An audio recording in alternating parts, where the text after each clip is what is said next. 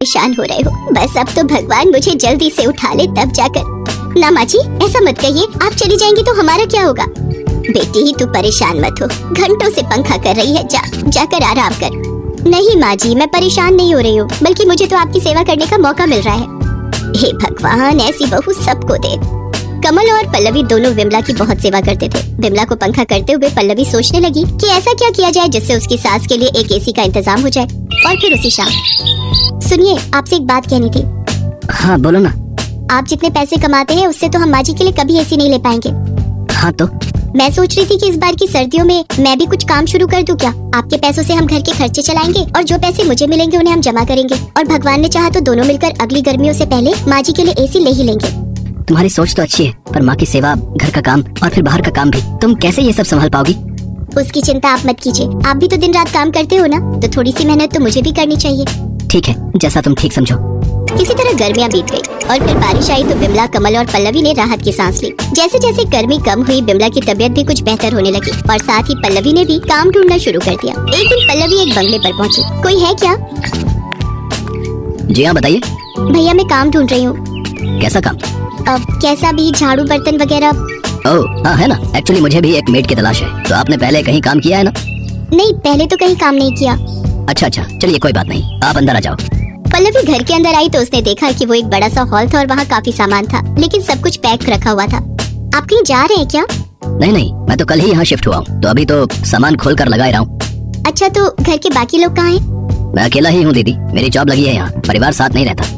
राज ने पल्लवी को दीदी कहा तो उसे बहुत अच्छा लगा। राज अकेला है ये सुनकर पल्लवी पहले तो थोड़ा झिझकी, लेकिन फिर उसके दीदी कहते ही उसे अच्छा लगा। राज ने पल्लवी को काम पर रख लिया। अब पल्लवी रोज सुबह सुबह राज के घर आती। उस वक्त तक राज सो रहा होता था। पल्लवी सबसे पहले उसे उठाती, फिर उसके लिए चाय नाश्ता बनाती और फिर पूरे घर की साफ सफाई करती। और इस काम के बदले राज पल्लवी को अच्छे पैसे भी देने लगा। फिर एक दिन, दीदी आप एक काम करो, कल मत आना।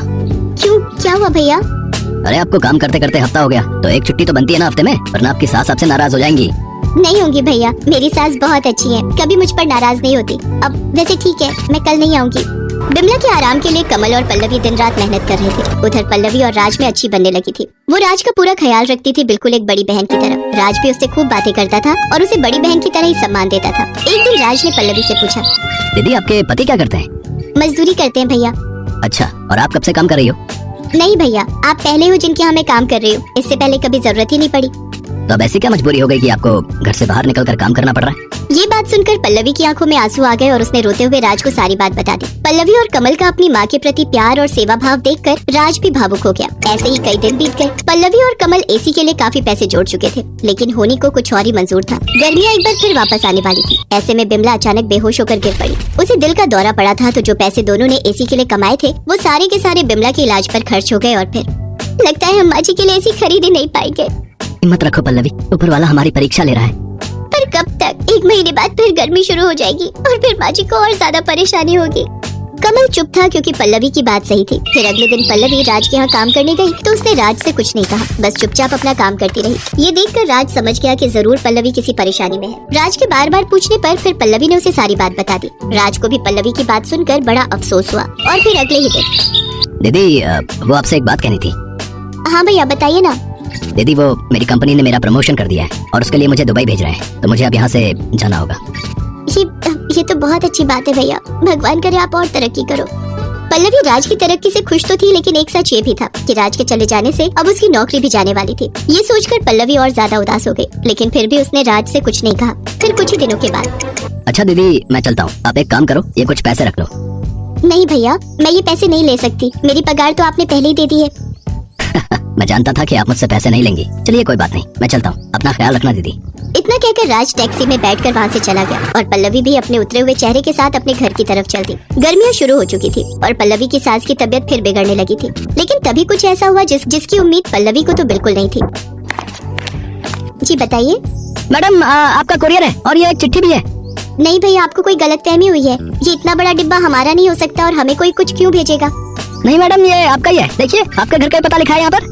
कुरियर वाले की बात सच थी। पल्लवी को कुछ समझ नहीं आ रहा था, लेकिन फिर जब उसने उस बड़े से डिब्बे को खोलकर देखा तो उसे अपनी आंखों पर विश्वास ही नहीं हुआ। उसके अंदर बिल्कुल नया एसी था जिसे राज ने उसके लिए खरीदा था। एसी के साथ मिली चिट्ठी को पढ़ते हुए पल्लवी की आंखों से लगातार आंसू बहे जा रहे थे और मन ही मन वो राज को दुआएं दे रही थी। गांव में सुमित नाम का लड़का रहता था। उसके पिता लकड़ी का सामान बनाने का काम किया करते थे, पर आजकल लकड़ी के सामानों की बिक्री बंद हो जाने के कारण सुमित एक मैकेनिक का काम करने लगा। वो बहुत ईमानदार और मेहनती था, पर उसकी आर्थिक स्थिति कुछ अच्छी नहीं थी, जिसके कारण उसकी पत्नी उसे हमेशा ताने दिया करती थी। आज विमला ने सोने के गहने खरीदे हैं और एक मेरी फूटी किस्मत। आपकी कमाई से तो हमारे रोज का खर्चा ही निकल जाए, वही बहुत है। ऐसी बातें क्यों करती हो? देखना एक दिन मैं बहुत ही अमीर बन जाऊंगा। इतनी मेहनत करूंगा कि हमारे पास किसी भी चीज की कमी ना रहे। फिर तुम्हें कार में घुमाऊंगा।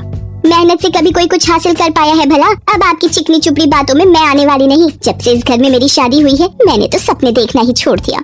सुमित गैरेज में खूब मेहनत करता, दिन भर अपने काम में ही लगा रहता। अब तो वो अपने खाने पर भी ध्यान नहीं देता था। उसकी कड़ी मेहनत को देखकर उसके गैरेज का मालिक कहता है, क्या बात है सुमित, आजकल तुम गैरेज में दिन रात कड़ी मेहनत करते हो? रात हो गई है तुम्हें, अब तुम्हें घर जाना चाहिए। नहीं मालिक, मैं ओवर टाइम करूंगा। मुझे बहुत पैसे कमाने हैं। मैं एक कार बनाना चाहता हूँ, जिसके लिए मुझे पैसों की जरूरत है।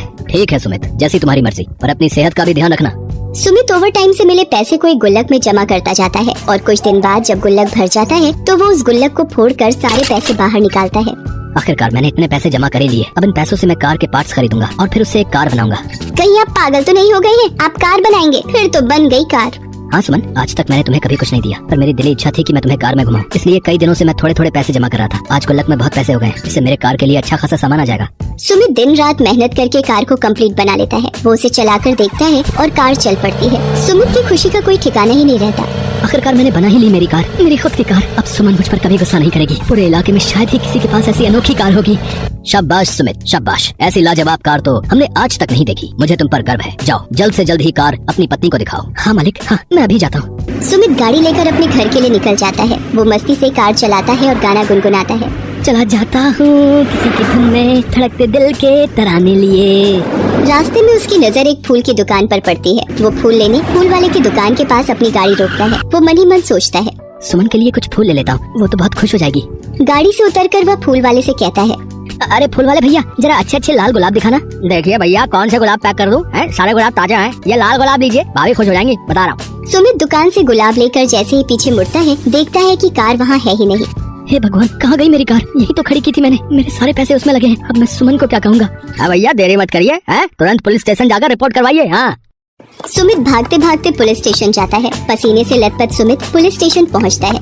हवलदार साहब, मेरी कार चोरी हो गई है, मुझे रिपोर्ट लिखवानी है। तो जैसे फटीचर के पास कार कहाँ से आएगी? जाओ जाओ, टाइम खराब मत करो। मैं एक मैकेनिक हूँ, मैंने बनाई है कार। आप मुझे बड़े साहब से मिलवा दीजिए। मेरी सारी मेहनत की कमाई उस कार को बनाने में लगी हुई है। मेरी पत्नी को पता चला कि कार चोरी हो गई है तो वो मुझे जिंदा नहीं छोड़ेगी। इतना आसान काम नहीं है रिपोर्ट दर्ज कराना। रिपोर्ट लिखवाने के लिए पहले तुम्हें टाइपराइटर से सारी बातें लिखवा कर लानी होंगी, उसके बाद कहीं रिपोर्ट दर्ज होगी। और जहाँ तक रही बड़े साहब से मिलने की बात, तो बड़े साहब तो अभी छुट्टी पर है, 4 दिन बाद ही आएंगे। तुम 4 दिन बाद आओ।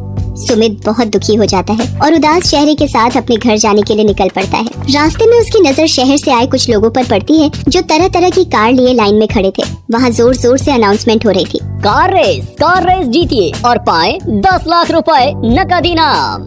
अगर मेरे पास मेरी कार होती तो आज मैं जीत जाता, पर शायद मेरी किस्मत में ऐसा नहीं लिखा है। सुमित घर पहुँचता है और सारी बात सुमन को बताते हुए कहता है, मुझे माफ कर दो सुमन, शायद मेरी किस्मत में खुशियाँ है ही नहीं और मैं तुम्हें भी खुशी नहीं दे पा रहा। इतने दिनों से दिन रात मेहनत करके मैंने पाई जोड़ी और कार बनाई और वो कार चोरी हो गई। तुम्हारी सहेलियों के पति तो उन्हें क्या क्या तोहफे देते हैं, मैं तो तुम्हें कुछ भी नहीं दे पाया। मैं किसी काम का नहीं हूँ। क्यों जी, मैं आप पर गुस्सा करती हूँ तो आपने तो मुझे बिल्कुल बेगैरत ही समझ लिया। आपने इतनी मेहनत करके मेरे लिए कार बनाई। इतनी किस्मत वाली मेरी कोई सहेली हो सकती है भला? माना अब आपके पास पैसे नहीं बचे, पर कला तो आपके हाथों में है।